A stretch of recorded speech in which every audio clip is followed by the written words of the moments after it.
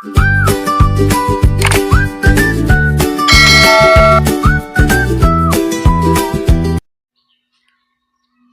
है आप सभी का यूजीसी नेट हिंदी विद नूर के साथ। आज हम पढ़ेंगे चंद्रधर शर्मा गुलेरी द्वारा रचित उसने कहा था कहानी। तो चलिए आरंभ करते हैं। चंद्रधर शर्मा गुलेरी की उसने कहा था हिंदी की साहित्य की प्रसिद्ध कहानी है। ये कहानी प्रेम, त्याग, कर्तव्य और वचन पालन की मार्मिक कथा है। इसका मुख्य पात्र लहना सिंह है। कहानी का एक भाग अमृतसर में और दूसरा भाग प्रथम विश्व युद्ध के युद्ध क्षेत्र में घटित होता है। कहानी की शुरुआत अमृतसर के बाजार से होती है। एक दिन एक लड़का जिसका नाम लहना सिंह था और एक लड़की की मुलाकात होती है। लहना सिंह मजाक में लड़के से पूछता है, तेरी गुड़माई हो गई? इसका अर्थ है, क्या तुम्हारी सगाई हो गई है? लड़की हर बार धत कहकर चली जाती है। कुछ समय बाद लड़की बताती है कि उसकी गुड़माई यानी कि सगाई हो गई है। ये सुनकर लहना सिंह को बहुत दुख होता है, लेकिन वे अपने मन की बात कभी नहीं कहता। समय बीत जाता है और दोनों अलग हो जाते हैं। कई वर्षों बाद प्रथम विश्व युद्ध शुरू होता है। लहना सिंह सेना में भर्ती हो जाता है। संयोग से उसे पता चलता है कि वही लड़की अब सूबेदारनी बन चुकी है और उसका पति तथा बेटा भी उसी सेना में है, जिसका नाम है वजीरा सिंह और बेटा का नाम बोधा सिंह। सूबेदारनी लहना सिंह को पहचान लेती है और उससे विनती करती है कि मेरे पति और मेरे बेटे की रक्षा करना। लहना सिंह बिना किसी स्वार्थ के ये वचन निभाने का निश्चय करता है।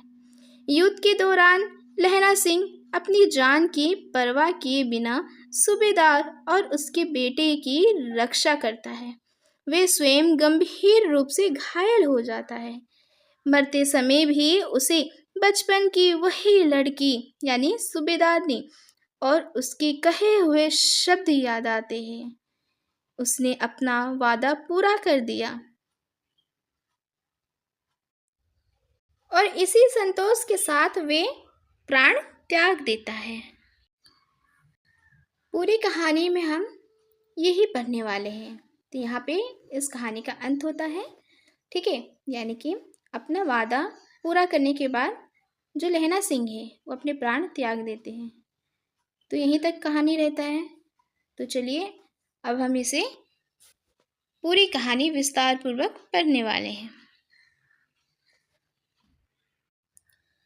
बड़े शहरों के इक्के गाड़ी वालों की जबान के कोड़ों से जिनके पेट छिल गई और कान पक गए, उनसे हमारी प्रार्थना है कि अमृतसर के बम्बो कोट वालों की बोली का मरहम लगावें। जब बड़े बड़े शहरों की चौड़ी सड़कों पर घोड़ों की पीठ चाबुक से ढूंढते हुए इक्के वाले कभी घोड़े की नानी से अपना निकट संबंध स्थिर करते हैं, कभी राह चलते पैदलों के आंखों के न होने पर तरस खाते हैं, कभी उनके पैरों की अंगुलियों के पोरों को चीथ कर अपने ही को सताया हुआ बताते हैं और संसार भर की ग्लानि निराश और शोभ के अवतार बने नाग के सीध चले जाते हैं। तब अमृतसर में उनकी बिरादरी वाले तंग चक्करदार गलियों में हर एक लठीड़ी वाले के लिए ठहर कर सब्र का समुंदर उमड़ा कर बच्चों खलासा जी, हटो भाई जी, ठहरो भाई जी, आने दो लाला जी, हटो बाछा कहते हुए सफेद फेटों, खच्चरों और बत्तकों, गन्ने और खोमचे और हरे वालों के जंगल में से राह खेते हैं। क्या मजाल है कि जी और साहब बिना सुने किसी को हटना पड़े। ये बात नहीं कि उनकी जीभ चलती नहीं, पर मीठी छुरी की तरह महीन मार करती हुई। यदि कोई बुढ़िया बार बार चितौनी देने पर भी लीक से नहीं हटती, तो उनकी बचनावली के ये नमूने हैं।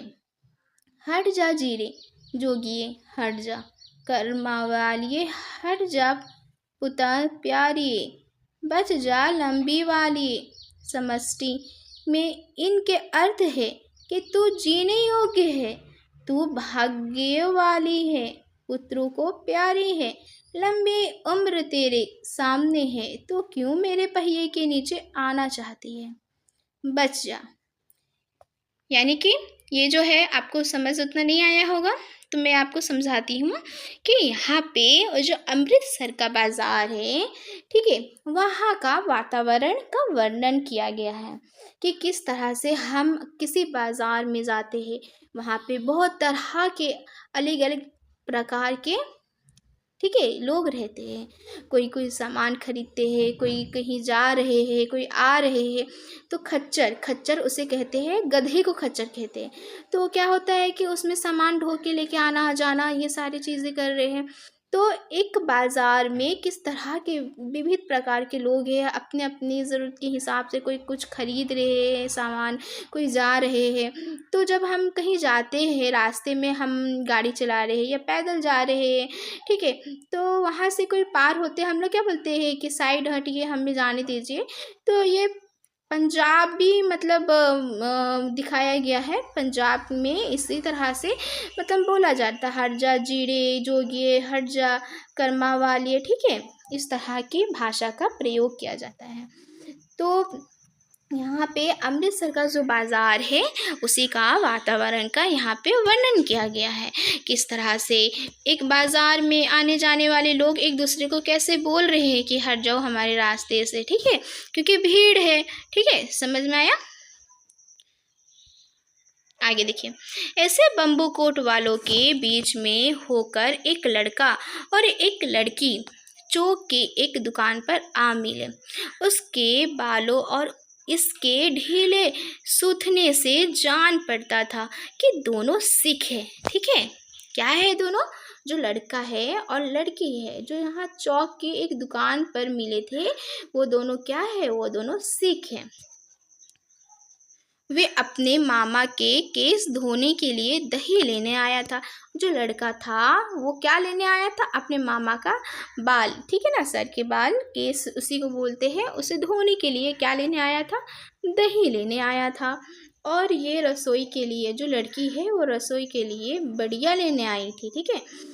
दुकानदार एक परदेसी से गूंथ रहा था, यानी कि वो किसी दूसरे परदेसी आदमी से गूंथ यानी बात ही कर रहा था, ठीक है, जो शेर भर गिले पापड़ों की गड्ढी को गिनने बिना हटता ना था, ठीक है। फिर देखिए यहाँ पे वो जो लड़का है और जो लड़की है, ठीक है, वो दोनों आपस में बात करते हैं। देखिए, तेरा घर कहाँ है? मगरे में। और तेरे? माझे में। यहाँ कहाँ रहती है? अतर सिंह की बैठक में। वे मेरे मामा होते हैं। मैं भी मामा के यहाँ आया हूँ। उनका घर गुरु बाजार में है, ठीक है। देखिए किस तरह से यहाँ से अब उनकी बातचीत आरंभ होती है, ठीक है। देखिए आगे बोलते हैं कि इतने में दुकानदार निपटा और इनका सौदा लेने देने लगा, ठीक है। अब दुकानदार है वो पापड़ वाले से निपट चुके हैं, मतलब उसको बोल के वो हट चुके हैं। अब इनसे पूछते हैं कि आपको क्या चाहिए, और ये जो दही लेने आए थे वो बड़ी लेने आई थी, तो उनको उनका सामान देने लगते हैं। दोनों साथ साथ चलते, अब दोनों का दे दिए सामान, अब दोनों उसी दुकान से निकल रहे हैं और दोनों साथ में ही चलने लगते हैं। कुछ दूर जाकर लड़के ने मुस्कुराकर पूछा, तेरी गुड़माई हो गई है? इसका अर्थ क्या है? तेरी सगाई हो गई है, ठीक है। किसने पूछा? लड़के ने। किससे पूछा? लड़की से। इस पर लड़की कुछ आंखें चढ़ाकर धत करके कहकर दौड़ गई और लड़का मुंह देखता रह गया। दूसरे तीसरे दिन सब्जी वाले के यहाँ दूध वाले के यहाँ अकस्मात दोनों मिल जाते। अब देखिए कि अब उसके दूसरे दिन तीसरे दिन कभी ये सब्जी लेने आती तो ये यहाँ मिल लेते, कभी दूध वाले के यहाँ मिल लेते, दूध दूध की ज़रूरत पड़ती है तो वहाँ पे ये लोग दोनों का मतलब अचानक से मुलाकात हो जाया करती। महीना भर यही हाल रहा। 2-3 बार लड़के ने फिर पूछा, तेरी गुरमाई हो गई? और उत्तर में वही धत मिला। कितनी बार पूछा था? 2-3 बार, ठीक है। एक दिन जब फिर लड़के ने वैसे ही हंसी में चिढ़ाने के लिए पूछा तो लड़की लड़के की संभावना के विरुद्ध बोली, हाँ हो गई है, ठीक है। जब उसके बाद में जो लड़का है वो फिर से पूछता है लड़के से, क्या तेरी गुड़माई हो गई? तो यहाँ पे देखिए, यहाँ पे क्या है, वो लड़की फिर उसके विरुद्ध, यानी कि वो उसको पता है कि वो तो धत कह के चल जाती है, लेकिन यहाँ पे क्या वो उसके बोलती है कि हाँ हो गई है मेरी गुड़माई यानी सगाई। लड़का पूछता है कब? लड़की कहती है कल, देखते नहीं ये रेशम से कड़ा हुआ सालू। लड़की भाग गई। लड़के ने घर की राह ली, यानी कि लड़की इतना कह के चली जाती है। अब लड़का अपना घर जाने के लिए जाने लगता है। रास्ते में एक लड़के को, ये याद रखिएगा, देखिए रास्ते में क्या क्या करता है, एक लड़के को मोरी में ढकेल दिया। कौन? वो जो लड़का है, ठीक है, यानी कि लहना सिंह। एक छावड़ी वाले की दिन भर की कमाई खोई, एक कुत्ते पर पत्थर मारा और एक गंभीर वाले के ठेले में दूध उड़ेल दिया। सामने नहाकर आती हुई किसी वैष्णवी से टकराकर अंधे की उपाधि पाई, तब कहीं घर पहुंचा। यानी कि जब उसे पता चला कि लड़की की गुड़माई हो गई है, ठीक है, तो ये सारा चीज करने के बाद अपने घर पहुंचता है, ठीक है। अब देखिए यहाँ आगे, राम राम ये भी कोई लड़ाई है, दिन रात खंदकों में बैठे हड्डियां अकड़ गई, ठीक है। अब देखिए ये जो उसने कहा था ना, ये फ्लैशबैक कहानी पे आधारित है, ठीक है। यानी कि कभी वो कहानी वर्तमान में आती है, कभी वो कहानी अपने भूतकाल में चली जाती है। इसलिए आप ये कहानी जब पढ़िएगा आपको उतना समझ नहीं आएगा, लेकिन ये कहानी फ्लैशबैक कहानी पे आधारित है। कभी वे भूतकाल पे चलती है फिर वर्तमान में आती है, ठीक है, इस तरह से होता है। तो देखिए ये जो है आगे देखिए, राम राम ये भी कोई लड़ाई है, दिन रात खंदकों में बैठे हड्डियां कट गई। लुधियाना से 10 गुना जाड़ा और मेघ और बर्फ ऊपर से पिंडलियों तक कीचड़ में धंसे हुए हैं। जमीन कहीं कहीं दिखती नहीं। घंटों 2 घंटों में कान के पर्दे फाड़ देने वाले धमाके के साथ सारी खंदक हिल जाती है और 100 गज धरती उछल पड़ती है। इस गेबी गोले से बचे तो कोई लड़े। नगरकोट का जलजला सुना था। यहाँ दिन में 25 जलजले होते हैं। जो कहीं खंदक से बाहर सफा या कोहनी निकल गई तो चटाक से गोली लगती है। ना मालूम बेईमान मिट्टी में लेटे हुए हैं या घास की पत्तियों में छिपे रहते हैं। अब जो ये कहानी है ना, अब ये कहानी देखिए वर्तमान में आ गई है, यानी कि अब जो लहना सिंह है, ठीक है, और हमने जैसे ये आपको कहानी के आरंभ में बताया कि किस तरह से लहना सिंह, वजीरा सिंह और जो वजीरा सिंह है और बोधा सिंह, ये दोनों कौन है? सूबेदारनी है ना, मतलब जो लड़की है वो बड़ी हो जाती है, उसका शादी हो जाता है, तो उसी का पति है, ठीक है, पति है, उसका एक बेटा है। तो ये वहीं पे का दिखा रहा है किस तरह से ये लोग एक खंदक में है और सैनिक है और वहाँ पे लोगों की रक्षा करते हैं, ठीक है। तो यहाँ पे वही बता रहे किस तरह से बंदूकें की आवाज़ आती है, जैसे लगता है खंदक पूरा हिल गई है, ऐसा हो गया है, बता रहे हैं, ठीक है।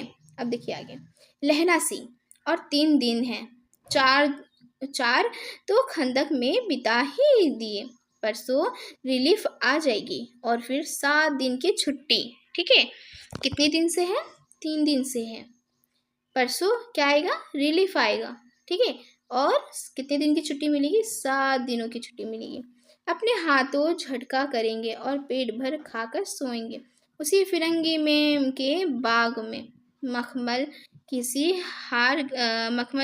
हरा घास है, फल और दूध की वर्षा कर देती है। लाख कहते हैं, दाम नहीं लेती। कहती है तुम राजा हो, मेरे मुल्क को बचाने आए हो। ठीक है। और उसकी क्या हो रही है, खूब खातिरदारी होती है। तो देखिए, मतलब ये लोग फिर वापस जाने के लिए बात करते हैं। ठीक है। फिर देखिए आगे, 4 दिन तक एक पलक नींद नहीं मिली। बिना फेरे घोड़ा बिगड़ता है और बिना लड़े सिपाही। मुझे तो संगीन चढ़ाकर मार्च का हुक्म मिल जाए, फिर 7 जर्मनों को अकेला मार कर ना लौटूं तो मुझे बर्बार दरबार साहब की दहली पर मथा टेकना नसीब ना हो। पाजी कहे के कलो के घोड़े संगीन देखते ही मुंह फाड़ देते हैं और पैर पकड़ने लगते हैं। यूं अंधेरे में 30-30 मन का गोला फेंकते हैं। उस दिन धावा किया था, 4 मील तक एक जर्मन नहीं छोड़ा था। पीछे जनरल ने हट जाने का क्या किया था, कमान दिया था। ठीक है। नहीं तो सीधे बर्लिन पहुंच जाते। क्यों? सूबेदार हजारा सिंह ने मुस्कुरा कर कहा। ये सूबेदार जो हजारा सिंह है ना, ये वही लड़की जो बचपन में मिली थी लहना सिंह को, ये उसी का ही पति है। ठीक है। अब ये लोग आपस में रह रहे हैं ना। देखिए, फिर वो बोलती है कि जो सूबेदार जो हजारा सिंह है, वो मुस्कुरा कर कहा कि लड़ाई के मामले जमादार या नायक के चलाए नहीं चलते, बड़े अफसर दूर की सोचते हैं। 300 मील का सामना है, एक तरफ बढ़ गए तो क्या होगा। सूबेदार जी सच है, लहना सिंह बोला। अब देखिए, लहना सिंह सूबेदार जी से कहता है कि पर करे क्या, हड्डियों में तो जरा धस गया है। यानी कि ये लोग जो जर्मन को मारने के लिए जहाँ रहते हैं ना, तो वहाँ पे कड़ाके की ठंड पड़ती है। तो यहाँ पे लहना सिंह वही बोलते हैं कि हड्डियों में तो जरा, ठीक है, यानी ठंड धस गया, यानी घुस गया, मतलब हड्डी तक में ठंड इतना है कि ठिठुर रहे हैं। सूर्य निकलता नहीं और खाई में दोनों तरफ से चंबे की बावलियों के से सोते झर रहे हैं। एक धावा हो जाए तो गर्मी आ जाए।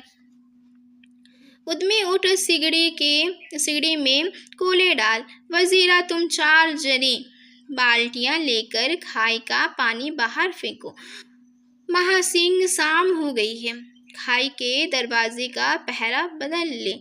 ये कहते हुए सूबेदार सारे खंदक में चक्कर लगाने लगे।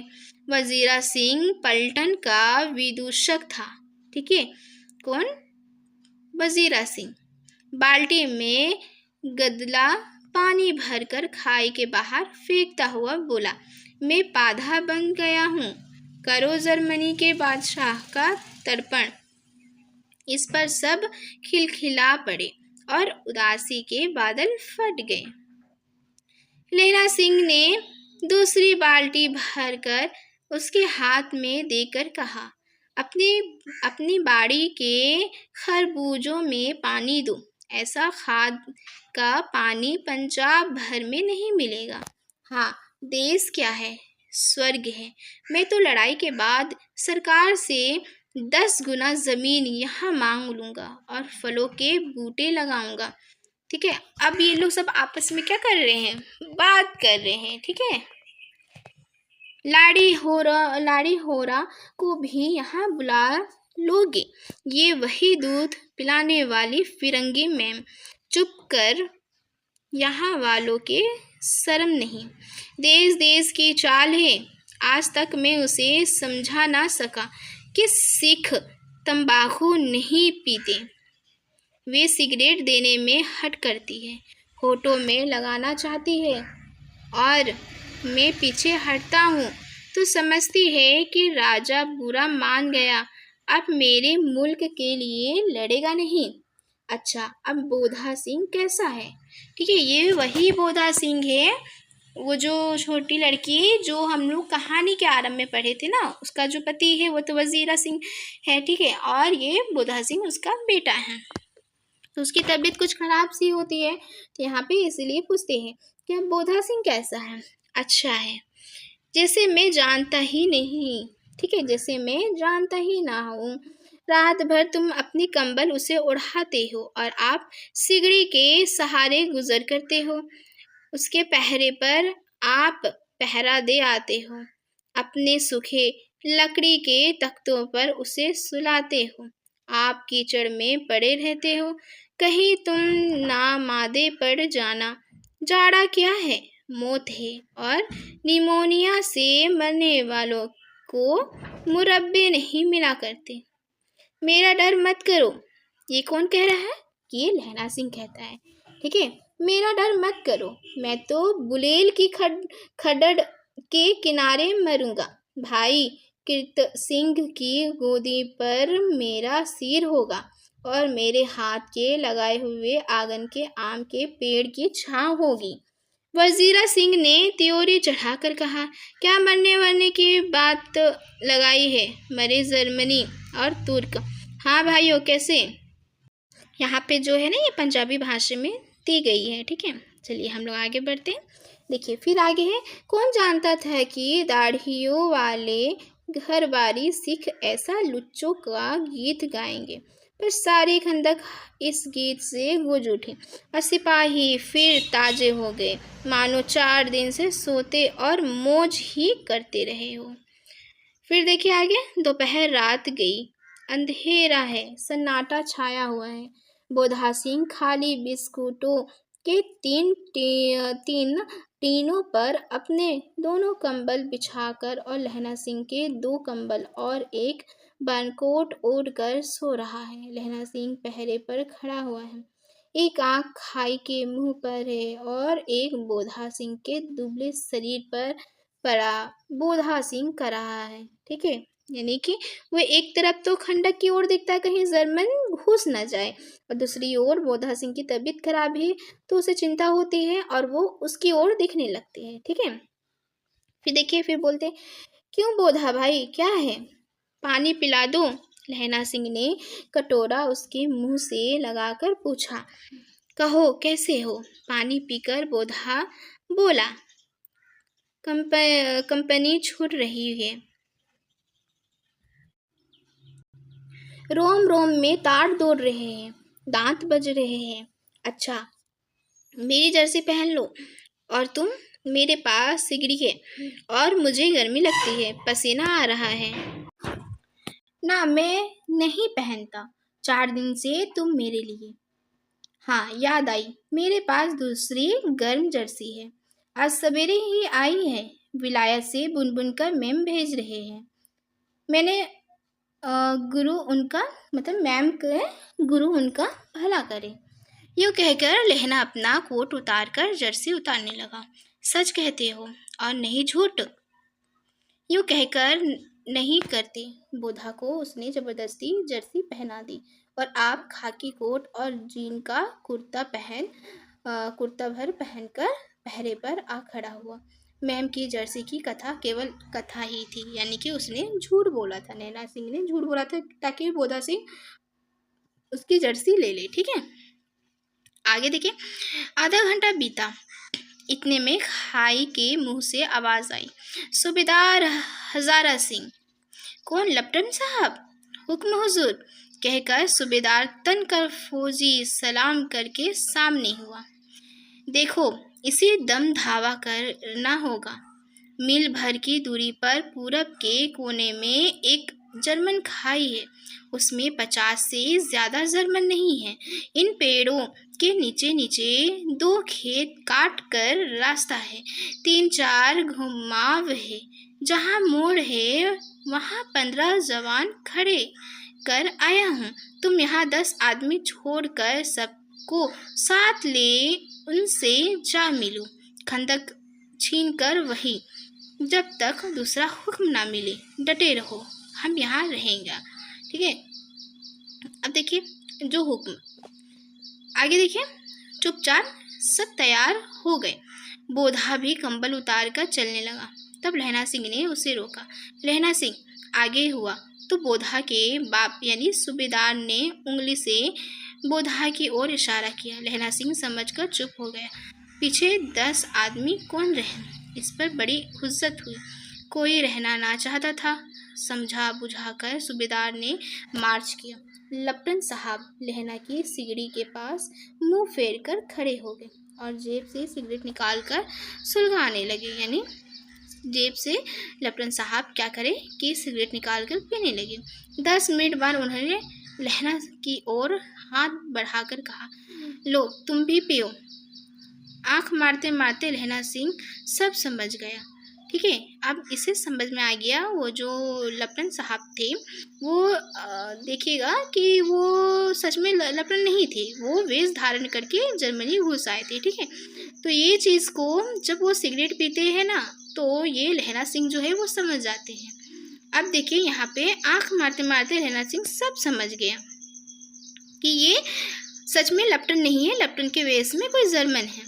मुंह का भाव छिपाकर बोला, लाओ साहब। हाथ आगे करते ही ठीक है, हाथ आगे करते ही उसने सिगड़ी के उजाले में साहब का मुंह देखा, बाल देखे, तब उसका माथा ठनका। लेफ्टिनेंट साहब के पट्टियों वाले बाल एक दिन में ही कहाँ उड़ गए और उनकी जगह कैदियों से कटे बाल कहाँ से आ गए? इतनी चेंजेस कैसे हो गई एक दिन में ही? ठीक है, शायद साहब शराब पिए हुए हैं और उन्हें बाल कटवाने का मौका मिल गया है। लहना सिंह ने जांचना चाहा। लेफ्टिनेंट साहब 5 वर्ष से उसकी रेजिमेंट में थे। ठीक है, अब यहाँ पे लहना सिंह जो है ना वो लेफ्टिनेंट साहब को जांच रहे हैं। ठीक है, यानी कि कुछ कुछ बातें करके उनका हाव भाव देख के वो जांच करना आरंभ कर देते हैं। क्यों साहब, हम लोग हिंदुस्तान कब जाएंगे? लड़ाई खत्म होने पर। क्यों, क्या ये देश पसंद नहीं साहब, शिकार के वे मज़े यहाँ कहाँ। याद है पारसाल नकली लड़ाई के पीछे हम आप जगाधरी जिले में शिकार करने गए थे। ठीक है, यानी कि बीते हुए कल, यानी कि पिछले साल की बात ये कहने लगता है, जो कि वो हुआ नहीं रहता, लेकिन ये लहना सिंह उसको परखने के लिए बोलते हैं। फिर देखिए ये बोलते हैं लेफ्टिनेंट साहब कि हाँ, वही जब आप खोते पर सवार थे और आपका खानसामा अब्दुल्ला रास्ते के एक मंदिर में जल चढ़ाने को रह गया था। बेशक पाजी कहीं का है। सामने से वह नील गाय निकली कि ऐसी बड़ी मैंने कभी ना देखी थी और आपके एक गोली कंधे में लगी और पुट्ठे में निकली। ऐसे अफसर के साथ शिकार खेलने में मज़ा है। क्यों साहब, शिमले से तैयार होकर उस नील गाय का सिर आ गया था ना। आपने कहा था कि रेजिमेंट की मेस में लगाएंगे। हाँ, पर मैंने वे विलायत भेज दिया। ऐसे बड़े बड़े सिंह 2-2 फुट के तो होंगे। हाँ, लहना सिंह 2 फुट 4 इंच के थे। तुमने सिगरेट नहीं पिया? कौन किस बोल रहा है? तो लेफ्टिनेंट साहब। पीता हूँ साहब, दियासलाई ले आता हूँ, कहकर लहना सिंह खंदक में घुसा। अब उसे संदेह नहीं रहा था। उसने झटपट निश्चय कर लिया कि क्या क्या करना चाहिए। अंधेरे में, मतलब अब जो लहना सिंह है ना उसको समझ आ गया कि ये जो लेफ्टिनेंट है वो सच में लेफ्टिनेंट साहब नहीं है, उनके भेष धारण करके कोई जर्मन घुसा है। ठीक है, अंधेरे में किसी सोने वाले से वे टकराया। कौन? वजीरा सिंह। हाँ, क्यों लहना, क्या क़यामत आ गई है? ज़रा तो आँख लगने ही दी होती। होश में आओ, क़यामत आई है और लेफ्टिनेंट साहब की वर्दी पहनकर। क्या? लेफ्टिनेंट साहब या तो मारे गए हैं या कैद हो गए हैं। उनकी वर्दी पहनकर ये कोई जर्मन आया है। सूबेदार ने इसका मुंह नहीं देखा, मैंने देखा और बातें की हैं। सोहरा साफ उर्दू बोलता है, पर किताबी उर्दू, और मुझे पीने को सिगरेट दिया है। तो अब मोर गए, धोखा है। सूबेदार होरा कीचड़ में चक्कर काटते फिरेंगे और यहाँ खाई पर धावा होगा। उठो, एक काम करो, पलटन के पैरों के निशान देखते देखते दौड़ जाओ, अभी बहुत दूर ना गए होंगे। सूबेदार से कहो एक कदम लौट आए, खंदक की बात झूठ है, चले जाओ, खंदक के पीछे से निकल जाओ, पत्ता तक ना खड़के, देर मत करो। हुक्म तो ये है कि यहीं ऐसा ऐसी तेजी हुक्म की, मेरा हुक्म, जमादार लहना सिंह जो इस वक्त यहाँ सबसे बड़ा अफसर है, उसका हुक्म है। मैं लपन साहब की खबर लेता हूँ, पर यहाँ तो तुम 8 है, 8 नहीं 10 लाख, एक एक अकालिया सिख 1.25 लाख के बराबर होता है। चले जाओ। लौटकर खाई के मुहाने पर लहना सिंह दीवार से चिपक गया। उसने देखा कि लपन साहब ने जेब से बेल के बराबर 3 गोले निकाले, तीनों को जगह जगह खंदक की दीवारों में घुसेड़ दिया और तीनों में एक तार सा बांध दिया। तार के आगे सूत की एक गुत्थी थी जिसे सिगड़ी के पास रखा। बाहर की तरफ जाकर एक दिया सलाई जलाकर गुत्थी पर रखने, तो उतना में ही क्या होता है ना, देखिए फिर वो रखने लगा। उसके बाद देखिए जिसे वो जो खंदक है वो धमाके से फट जाए और वहाँ पे रहने वाले लोग भी मर जाए, इसीलिए जो लेफ्टन है, जो लेफ्टन के वेश में जो जर्मन आए थे, वो इसीलिए क्या कर रहे हैं कि वो जो लेके आए थे ना 3 गोले निकाले, ठीक है, उसी को जगह जगह पे रख रहे थे। इतने में बिजली की तरह दोनों हाथों से उल्टी बंदूक को उठाकर लहना सिंह ने साहब की कूहनी पर तान कर दे मारा। धमाके के साथ साहब के हाथ से दियासलाई गिर पड़ी। लहना सिंह ने एक कुंदा साहब की गर्दन पर मारा और साहब आंख मिन गोट कहते हुए चित हो गए। लहना सिंह ने तीनों गोले बीन कर खंदक के बाहर फेंके और साहब को घसीटकर सिगड़ी के पास लिटाया। जेबों की तलाशी ली, 3-4 लिफाफे और एक डायरी निकाल कर उन्हें अपनी जेब से हवाले किया। साहब की मूर्छा हटी। लहना सिंह हंसकर बोला, क्यों लपटन साहब, मिजाज कैसा है? आज मैंने बहुत बातें सीखी। ये सीखा कि सिख सिगरेट पीते हैं, ये सीखा कि जगधरी के जिले में नीलगाय होती है और उनके 2 फुट 4 इंच के सींग होते हैं। ये सीखा कि मुसलमान खानसामा मूर्तियों पर जल चढ़ाते हैं और लपन साहब खोते पर चढ़ते हैं। पर ये तो कहो, ऐसी साफ उर्दू कहाँ से सीखा है? हमारे लपन साहब तो बिन डेम के 5 लफ्ज भी नहीं बोला करते थे। लहरा ने पतलून के जेबों की तलाशी नहीं ली थी। साहब ने मेम जाड़े से बचने के लिए दोनों हाथ जेबों में डाले। लहना सिंह कहता गया, चालाक तो बड़े हो, पर माझे का लहना इतने बरस लपटन साहब के साथ रहा है, उसे चकमा देने के लिए 4 आंखें चाहिए। 3 महीने हुए एक तुर्की मौलवी मेरे गांव आया था। औरतों को बच्चे होने की ताबीज़ बांटता था और बच्चों को दवाइयाँ देता था।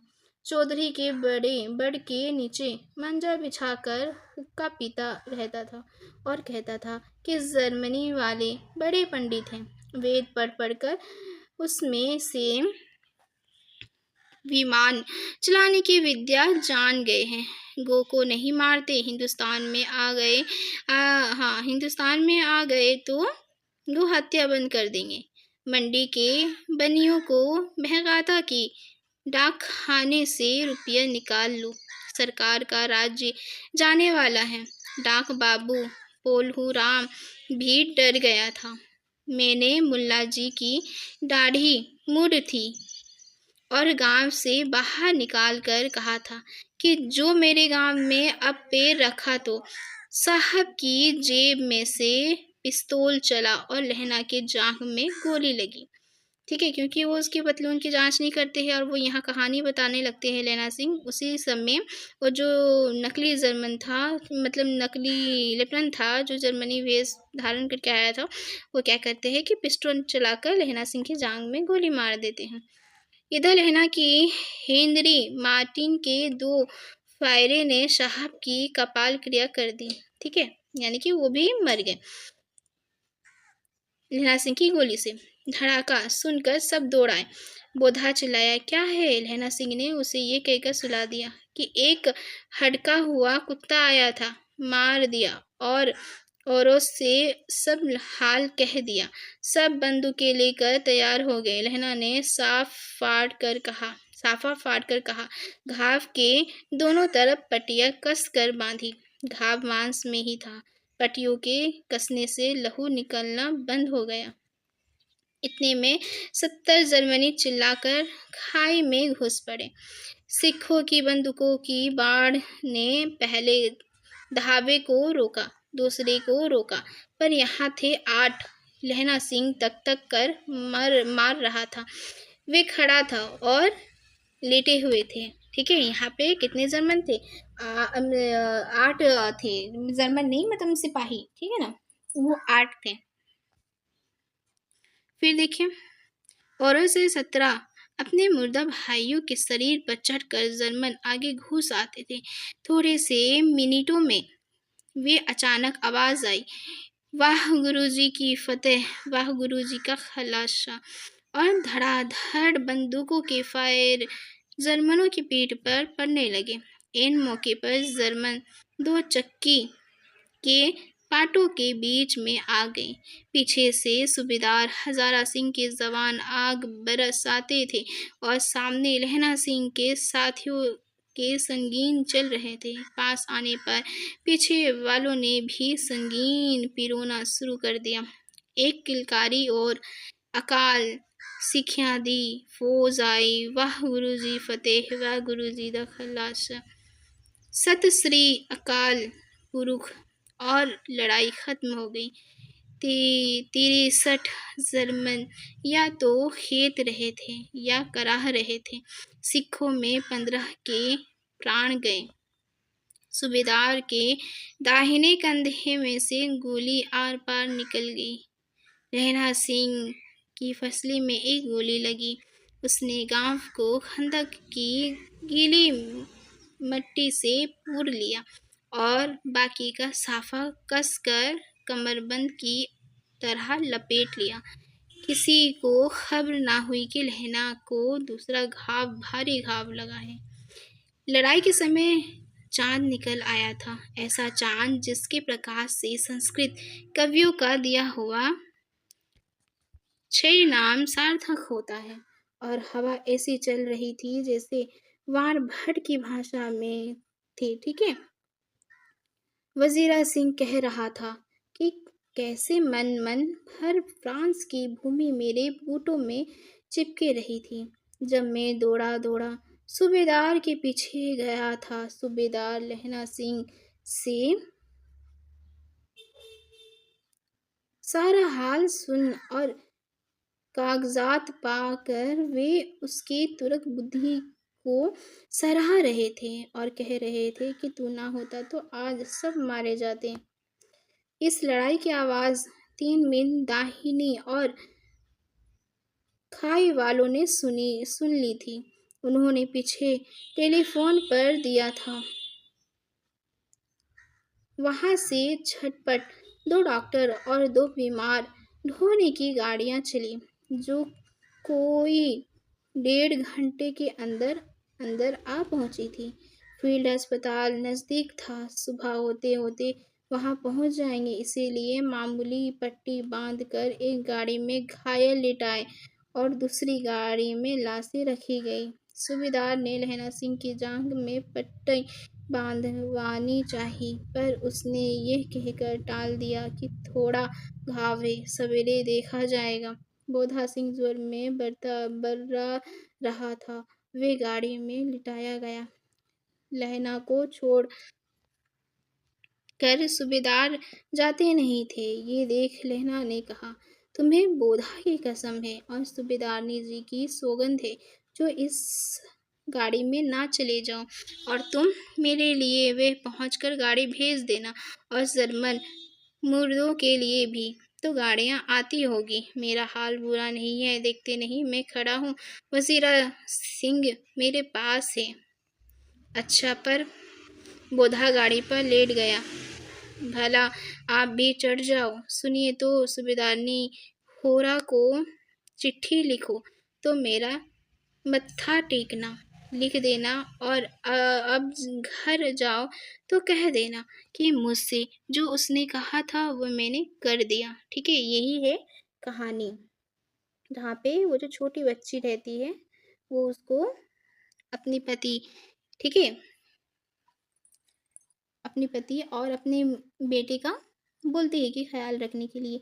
इसलिए ये क्या करते हैं, ये उसका जो सौगंध है उसे पूरा करते हैं। ठीक है, उससे जो वादा वादा करते हैं, वादा वो उसे पूरा करते हैं। कौन? लहना सिंह। इसलिए यहाँ पे क्या कहते हैं, सूबेदार से कहते हैं कि अब तुम जो जाओ सूबेदारनी के पास तो उसे कहना कि मुझसे जो उसने कहा था, मुझसे जो उसने कहा था वो मैंने पूरा कर दिया। ठीक है, उसने कहा था शीर्षक भी है, तो ये वही है, उसने कहा था। किसने कहा था? तो सूबेदारनी ने। गड़िया चल पड़ी थी। सूबेदार ने चढ़ते चढ़ते लहना का हाथ पकड़कर कहा, तेने मेरे और बोधा के प्राण बचाए हैं। लिखना कैसा? साथ ही घर चलेंगे। अपनी सूबेदारनी को तू ही कह देना उसने क्या कहा था। अब आप गाड़ी पर चढ़ आओ। मैंने जो कहा वे लिख देना और कह भी देना। गाड़ी के जाते लहना लेट गया। वजीरा, पानी पिला दे और मेरा कमरबंद खोल दे, तर हो रहा है। मृत्यु के कुछ समय पहले स्मृति बहुत साफ हो जाती है। जन्म भर की घटनाएं एक एक करके सामने आती है। सारे दृश्यों के रंग साफ होते हैं। समय की धुंध बिल्कुल उन पर से हट जाती है। लहना सिंह 12 वर्ष का है। अब देखिए ये कहानी क्या जा रहा है, फ्लैशबैक में जाता है जहाँ से कहानी आरंभ हुआ था। ठीक है, देखिए लहना सिंह क्या है, 12 वर्ष का है। अमृतसर में मामा के यहाँ आया हुआ है। दही वाले के यहाँ, सब्जी वाले के यहाँ, हर कहीं उसे एक 8 वर्ष की लड़की मिल जाती है। जब वे पूछता है तेरी गुड़माई हो गई, तब धत कहकर वे भाग जाती है। एक दिन उसने वैसे ही उसे पूछा तो उसने कहा, हाँ कल हो गई, देखते नहीं ये रेशम के फूलों वाला सालू। सुनते ही लहना सिंह को तो बहुत दुख हुआ, क्रोध हुआ। क्यों हुआ? वजीरा सिंह, पानी पिलाओ। यानी कि ये चीज़ उनके मन में मृत्यु के समय ये चीज़ चल रहा है, जो हमने कहानी के आरंभ में पढ़ा था। अब फिर क्या हो रहा है, वो मन में चल रहा है, वो सारी चीज़ें स्मृतियाँ आ रही है। और क्या है, फिर वो वजीरा सिंह से क्या कहता है, पानी पिलाओ। ठीक है, कभी वो अपने भूत में जाते हैं, भूतकाल में जाते हैं, फिर वर्तमान में आ जाते हैं। ठीक है, फिर देखिए 25 वर्ष बीत गए। 25 वर्ष बीत गए। अब लहना सिंह नंबर 77 रेफल्स में जमादार हो गया है। उस 8 वर्ष की कन्या का ध्यान ही नहीं रहा। ना मालूम वे कभी मिली थी या नहीं। 7 दिन की छुट्टी लेकर जमीन के मुकदमे की पैरवी करने वे अपने घर गया। वहाँ रेजिमेंट के अफसर की चिट्ठी मिली कि फौजलाम, ठीक है, फौजलाम पर जाती है, फौरन चले आओ। साथ ही सूबेदार हजारा सिंह की चिट्ठी मिली कि मैं और बोधा सिंह भी लाम पर जाते हैं, लौटते हुए हमारे घर होते जाना, साथ ही चलेंगे। सूबेदार का गांव रास्ते में पड़ता था और सूबेदार उसे बहुत चाहता था। लहना सिंह सूबेदार के यहाँ पहुंचा। जब चलने लगे तब सूबेदार बेड़े में से निकल कर आया और बोला, लहना, सूबेदारनी तुमको जानती है, बुलाती है, जा मिल आ। लहना सिंह भीतर पहुंचा। सूबेदारनी मुझे जानती है। कब से? रेजिमेंट के क्वार्टरों में तो कभी सूबेदार के घर के लोग रहे नहीं। दरवाजे पर जाकर मत्था टेकना कहा। असीस सुनी। लहना सिंह चुप। मुझे पहचाना? किसने कहा? सूबेदार ने। अब यहाँ पे देखिए लहना सिंह कहते हैं, नहीं, तेरी गुड़माई हो गई, धत कल हो गई, देखते नहीं रेशमी बुटो वाला सालू अमृतसर में। ये वो जो 12 साल मतलब 8 साल की जो लड़की रहती है, ठीक है ना, वही बोलती है। उसके बताने के लिए ये वाक्य बोलती है, याद दिलाने के लिए। ख्वाबों की टकराहट से मूर्छा खुली, करवट बदली, पसली का घाव बहर निकला, वजीरा पानी पिलाओ। अब देखिए, अब ये सब याद कर रहा है ना, तो अब क्या कर रहा है कि वो जो सोच रहा है उसके भाव टकरा रही एक दूसरों से, ये ठीक है ना, मतलब भाव वो सारी उत्पन्न हो रही, और जो उसकी चोट लगा था लहना सिंह को, उसके खून बह रहे, और फिर वो क्या कहते हैं, वजीरा सिंह पानी पिलाओ उसने कहा था, ठीक है। यानी कि ये फिर वर्तमान में आ गए। फिर देखिए स्वप्न चल रहा है, सुबेदानी कह रही है, अब वो स्वप्न में ही देख रहे हैं कि मैंने तेरे को आते ही पहचान लिया। एक काम कहती हूँ, मेरे तो भाग फूट गए। सरकार ने बहादुरी का खिताब भी दिया है। लायलपुर में ज़मीन दी है। आज नमक हलाली का मौका आया है, पर सरकार ने हम तीमियों की एक घंघरिया पलटन क्यों ना बना दी, जो मैं भी सूबेदार जी के साथ चली जाती। एक बेटा है, फौज में भर्ती हुए, उसे 1 बरस हुआ, उसके पीछे 4 और हुए, पर एक भी नहीं जिया। सूबेदारनी रोने लगी। अब दोनों जाते हैं, मेरे भाग तुम्हें याद है। एक दिन तांगे वाले का घोड़ा दही वाले की दुकान के पास बिगड़ गया था। तुमने उस दिन मेरे प्राण बचाए थे। आप घोड़े की लाते में चले गए थे और मुझे उठाकर दुकान के तख्ते पर खड़ा कर दिया था।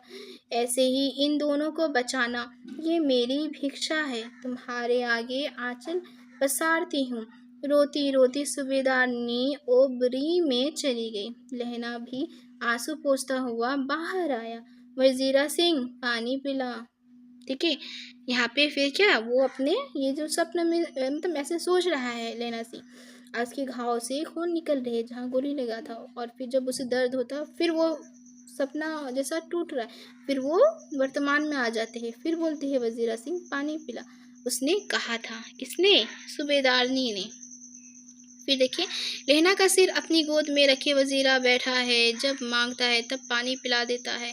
आध घंटे तक लहना चुप रहा, फिर बोला, कौन? किरत सिंह। वजीरा ने कुछ समझ कर कहा, हाँ भैया, मुझे और ऊंचा कर ले, अपने पट पर मेरा सिर रख ले। वजीरा ने वैसे ही किया। हाँ अब ठीक है, पानी पिला दे बस, अब के हाड़ में ये आम खूब फलेगा। चचा भतीजा दोनों यहीं बैठकर आम खाना। जितना बड़ा तेरा भतीजा है उतना ही ये आम है। जिसे महीने उसका जन्म हुआ था उसी महीने मैंने इसे लगाया था। वजीरा सिंह के आंसू टप टप टपक रहे थे। कुछ दिन पीछे लोगों ने अखबारों में पढ़ा, फ्रांस और बेल्जियम 68वीं सूची मैदान में घावों से मरा। नंबर 77 सिख राइफल जमींदार लहना सिंह। यहाँ पे क्या हो गया, लहना सिंह की मृत्यु हो गई, ठीक है। याद रखिएगा ये वाला। तो देखिए किस तरह से कहानी का अंत होता है।